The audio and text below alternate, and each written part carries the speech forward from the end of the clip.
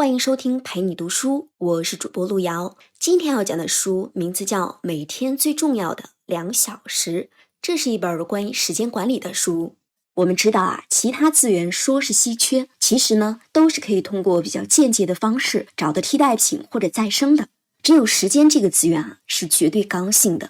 每个人的时间都一样，一天就24小时，一年就365天，谁能更高效地利用好这些时间，当然就能收获得更多。你的工作、爱好、娱乐、陪伴家人、实现理想，这些事情所花的时间，全都是在一个固定的时间池子里舀水。你舀一勺就少一勺，那舀出来的水怎么分配，当然就是一个非常重要的问题了。就是因为时间的稀缺性，因此各种各样的时间管理技巧是层出不穷。你比如说，大多数的时间管理方法呢，就是建议你给自己做一个计划表，上面每天把你要做什么事情都1、2、3、4、5给列好，几点几分做什么都写得清清楚楚、明明白白。然后呢，你就动用你魔鬼般的自控力，好好的执行就行了。执行的时候呢，每件事情你花了多长时间，最好都记下来。那么这种方法有没有用呢？当然有用。有本书叫《奇特的一生》，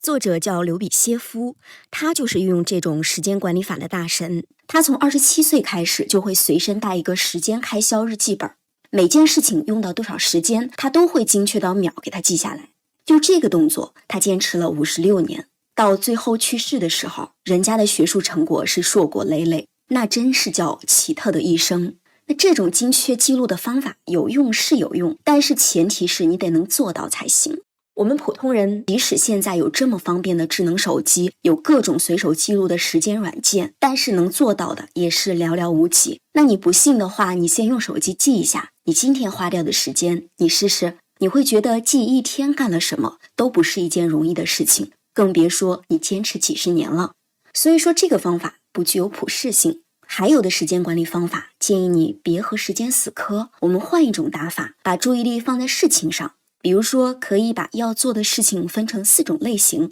第一种是紧急又重要的事情，第二种紧急但是不重要的事情，第三种不紧急但是重要的事情，第4种呢就是既不紧急也不重要的事情。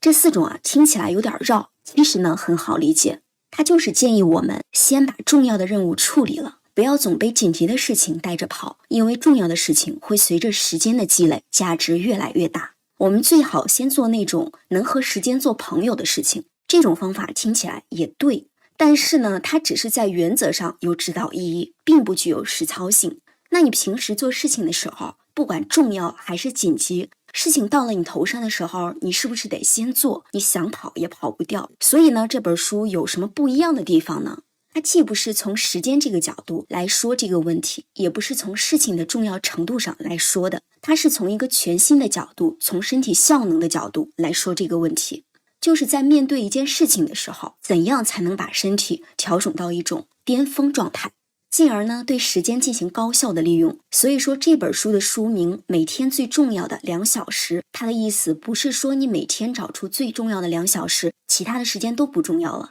它的意思呢，是如何让你在需要的时候调动自己的身体能量，迅速进入一种高效的工作状态。这个时间呢，当然可以是30分钟、2个小时或者更多。这本书的作者叫乔西·戴维斯，他是哥伦比亚大学的心理学博士，主要研究神经学领域。在这本书里，他给出了5种策略来提升身体的效能。下面我们就一起来看一看是哪5种方法吧。第一种叫做关注停顿点。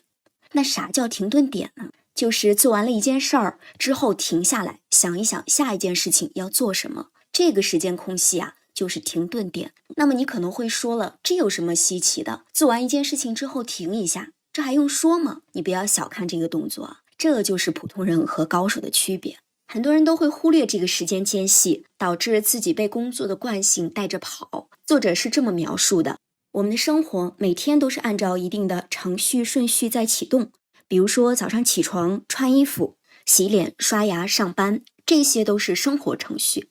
去了公司之后呢，又被一系列的工作程序带着跑，事情是一件接着一件。一天下来以后，你感觉你忙得焦头烂额的，其实回头想一下，好像一直想做的那些重要的事情都没做。比如说定期和好久不见的朋友维系一下关系，或者说锻炼哪个可以长期帮到你的技能，学习某个领域的新知，这些事情都是不太紧急，但是很重要的事情。只有持续的做这些事情，生活才能持续的转变。所有的高手都有这个特点，就是一定要对自己的动作有意识的掌控。比如说奥沙利文打台球的时候，他趴下身子瞄一会儿，如果他觉得自己这一杆不能掌控，没有感觉，那他会停下来，起身调整一下再打。而普通的人打的时候，通常就是趴下就出杆了。其实这杆和上一杆有什么区别呢？没啥区别，那都是低效的重复。这本书叫做刻意练习，里面就提到了一个概念，刻意练习的本质其实是对练习的对象进行有意识的掌控。每做完一个动作，一定要停一下，回头想一想，刚才那个动作哪儿做的不好，哪里可以改进，哪里可以提高，这才叫有效的练习。你的水平在这样的模式下才能不断的提升。最怕的就是那种不断重复错误动作的练习。很多人在面对职场规划的时候，也会遇到这样的情况，就是从一家公司辞职以后，赶快找到下一家公司上班，看起来特别勤奋，是吧？其实呢，找的工作和上一家没什么区别，一样的工资，一样的事儿，用到的也是一样的能力，这其实就是在重复。那这时候呢，有经验的人就会建议，别着急找工作，给自己3个月的时间，想一想你自己下一步该怎么走，自己需要什么能力才能找到更好的工作，什么样的工作和自己的天赋兴趣结合在一块儿，把自己真正想去哪儿想清楚了再行动。看起来呢，好像是浪费了3个月的时间，其实呢是比又找了一份相同的工作，半年以后又辞职，节省了很多时间。那往大了说，我们的生活也是一样的，大多数的时间我们都在无意识的做着很多习惯性的动作。那怎么停下来，从这个自动的模式里面脱离出来就很重要了。一旦完成一个新任务，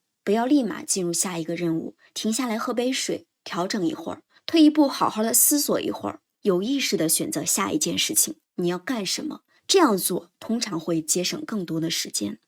这个就是实现高效时间管理的第一点，找到停顿点。那第二点呢，是管理心理能量。我们都知道身体的体能是会波动的，比如说你刚爬完20楼，那么你坐下来的时候，可能一动都不想动了，得缓好一会儿才能缓过来。其实呢，脑力和体力一样的，也是会波动的，只不过平时我们不太感觉得到。主要就是脑力的消耗，它不像体力消耗那么明显。比如说你体力消耗的时候，你会出汗，会心跳加速，会四肢无力，这些是明显能感觉到的。但是脑力消耗到一定程度的时候，它的表现就是迟钝、发呆、注意力不集中，不能进行深度的思考。如果说你没有很敏捷的觉察力，你都不容易发现，就是因为这些表现都不明显，不太好区分，所以说大多数人都不太重视，总以为自己的脑袋可以一天到晚保持相同程度的敏捷度。其实脑力也是波动的，一方面它会随着时间波动，一般都是早上起来，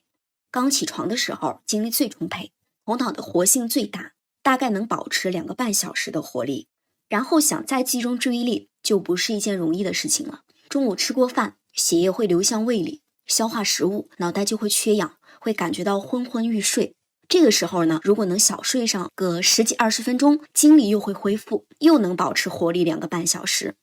这个就是根据时间来波动的。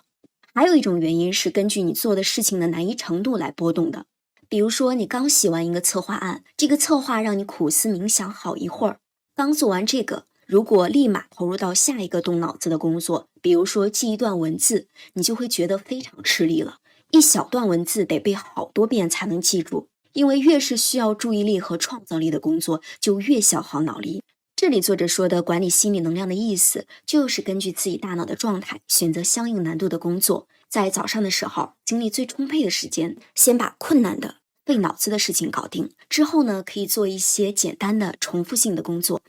说到这儿呢，你可能会觉得这个挺简单的吧？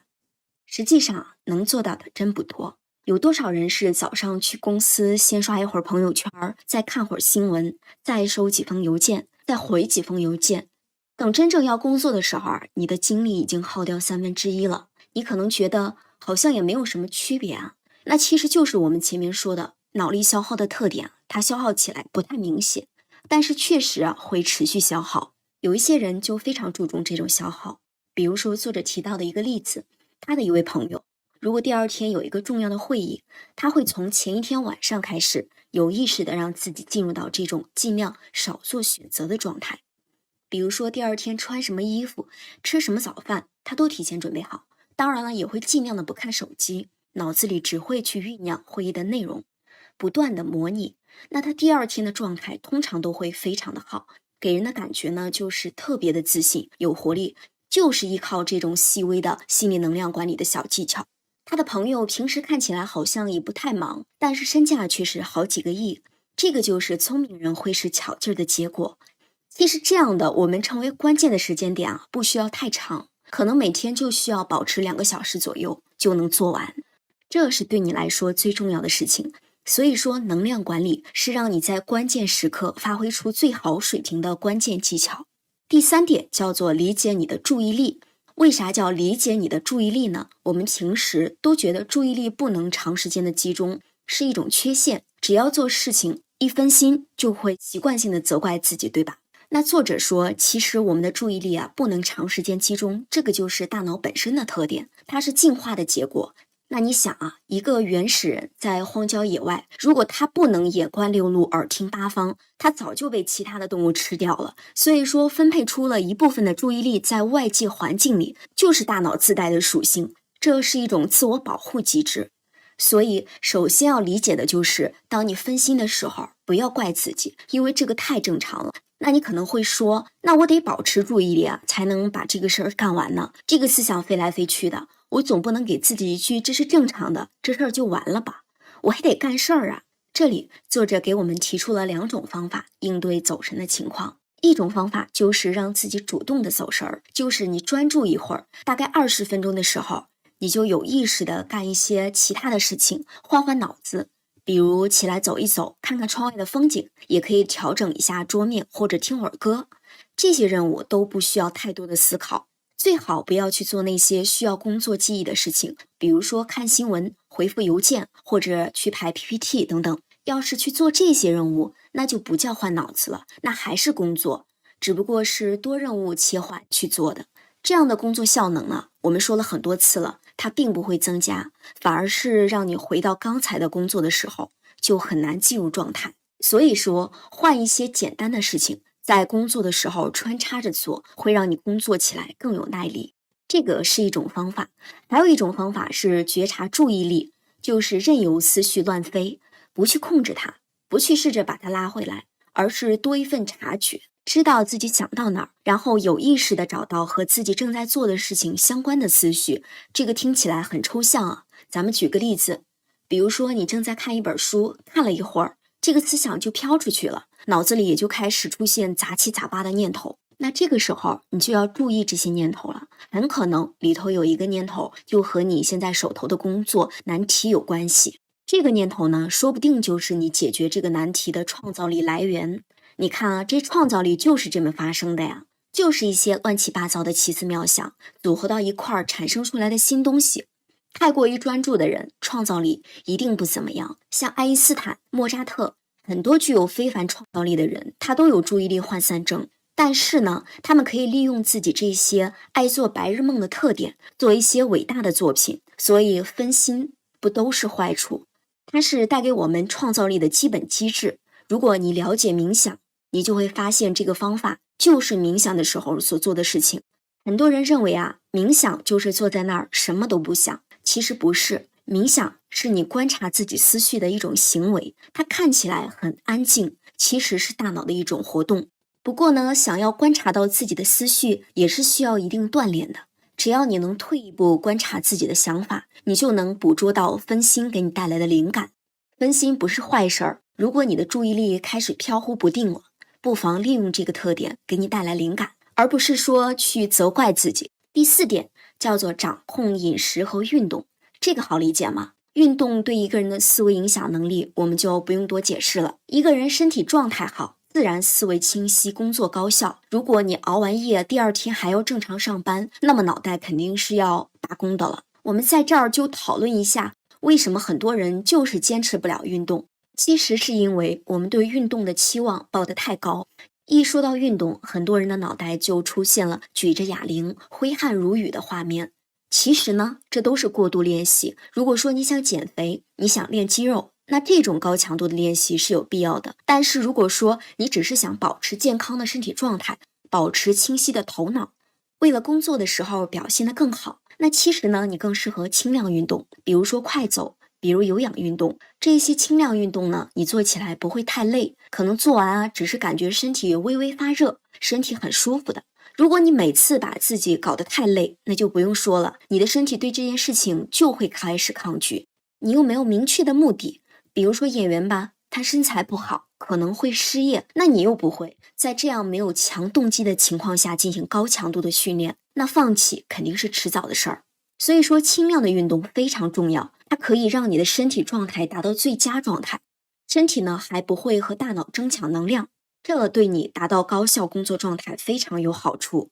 还有一点是有策略的饮食。我们都知道大脑的主要能量来源是葡萄糖，那你可能觉得了，那好吧，那我多吃糖是不是就可以一直维持我大脑的能量供给？其实不是，恰恰相反，直接吃太多的糖会让你变得迟钝。如果直接吃糖，在15分钟之内可能会让你觉得能量充足，但是过了15分钟，葡萄糖就会瞬间降下来，你会感觉昏昏沉沉、疲惫不堪。所以如果你想要保持大脑的高效运转，最重要的一个任务就是把血液中的葡萄糖维持在一个稳定的水平。那怎么保持它的稳定呢？有2个办法，一种是少吃多餐，一次吃个半饱，每天多吃几次。另一种就是不吃碳水化合物多的食物，比如说甜品、面包、薯条、果汁这些东西尽量少吃，除非你只想维持15分钟高效的注意力。那我们说了运动和饮食对大脑高效运转的影响，那你可能会觉得这件事情我平时都知道，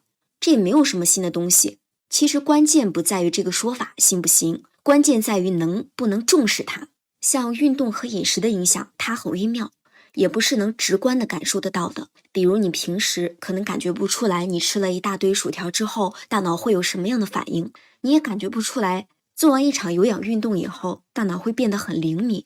就是因为感觉不明显，所以它经常被忽视。这些平常都很常见，但是经常被忽略的细节，其实就是让一个人能不能发挥出最好水平的关键所在。人和人的差距没有那么大，而竞争力呢，就是来自于对细节的把控。如果你想拥有关键的2个小时，那么一场适度的运动，对饮食的策略性把控，就是提升效能的关键。第5点，也就是最后一点，是让环境为你服务。作者把环境的影响因素分成2种，一种是噪音的影响，一种是光线的影响。我们都知道，在有噪音的环境下，一个人很难保持注意力的。这里的噪音呢，不是说那种环境里持续出现的声音，像风扇的声音、汽车经过的声音，这些持续的声音其实影响不大。最怕的是那种声音不大，但是会断断续续出现的声音。比如说有一辆车突然经过，或者说你的同事和其他同事在你身边低声的聊天，或者说哪个东西突然打翻了，这些才是真正的噪音，你很难不被他们吸引过去。简单的说吧，意外出现的声音都算噪音。那么怎么避免？如果你要做创造性的工作，最好就是找一个安静的地方，一个人待着，别指望你用意志力对抗周围环境的噪音。我们前面说过，注意力天生就是会对意外的事情做出反应，所以对抗是没有用的。找一个安静的地方，把最核心的工作做完，其他的工作可以断断续续的做，都没有关系。那如果说你要在某个时间段内要表现得非常出色，获得关键性的2个小时，那在这之前就要避免让自己听到太多的噪音，这样呢，等于在给大脑清除缓存，让大脑轻松上阵，这样对你的表现会很有帮助的。光线对大脑的工作效率也是有很大影响的。作者经过研究发现，在蓝白光的照射下，一个人会很有活力，逻辑分析能力、思维的敏捷度会增强。蓝白光呢，就是天气晴朗的时候，天空的颜色。举个常见的例子，比如说你睡觉的时候把窗帘拉下来，等天亮的时候呢，外面要是很晴朗的话，你会自然而然的睡不着，因为我们身体自然的对这种光线产生反应。所以说，如果你早上起不了床的话，不妨把窗帘提前拉开，让太阳把你叫醒。那在你工作的场合呢，你也可以挂一个蓝色的窗帘儿，或者把电脑的桌面背景设置成蓝色的，这样的小细节会让你的大脑保持活力。这个说的是明亮的蓝白光对我们保持一个清醒的大脑的好处。研究还发现一个现象，就是昏暗的灯光对创造力有好处。在昏暗的灯光下，人们会很放松，觉得无拘无束，这样呢，他们的创造力会大大提升。所以如果你要做一些需要创造力的工作，不妨把灯光调暗，或者找一个昏暗的角落，这些都可以帮助你尽早的出成果。大多数的时候，我们都改变不了周围的环境，但是我们可以调节一些关键性的要素，让环境为我们服务。比如说像声音的控制光线的调节这些随手都能控制的东西，其实可以给我们的工作效率带来巨大的帮助。这些都是我们平常很容易忽视的东西，而作者给我们指出了它们的重要性，这就是本书带给我们的价值。它让我们把注意力放在那些很重要，但是容易被忽略的细节上。好了，我们来总结一下这本书。每天最重要的2小时，给我们5个建议，可以让在需要的时候，让自己达到最好的状态。第一个就是关注停顿点，谨慎选择自己的每一件事情。第二个，管理心理能量，合理分配自己的精力。第三，理解注意力的特点，它不是每时每刻都可以保持高效状态的，要学会顺应这个特点。第四个，掌控饮食和运动，保持葡萄糖的稳定和保持轻量的运动是获得好的状态的重要途径。第5个，让环境为你服务，注意噪音和光线的控制。如果我们把这些平时很容易忽视的事情把控住，对时间的掌控力就大大提升了。不管你怎么从那个时间的池子里舀水，都能保证每一勺都不浪费。这个就是从身体效能的角度去把控时间管理。其实时间管理的秘诀不在于分秒必争，那样的其实会让自己的生活越绷越紧，人受不了的。它的秘诀在于沉浸2字，它是尊重你正在做的事情，享受你正在做的事情，认真对待你正在做的事情的一种状态。它里面包含着对生活的一份热爱和对未来的美好期许。这本书就讲到这里了，感谢你每天听书，感谢关注陪你读书，欢迎点赞分享，我是路遥。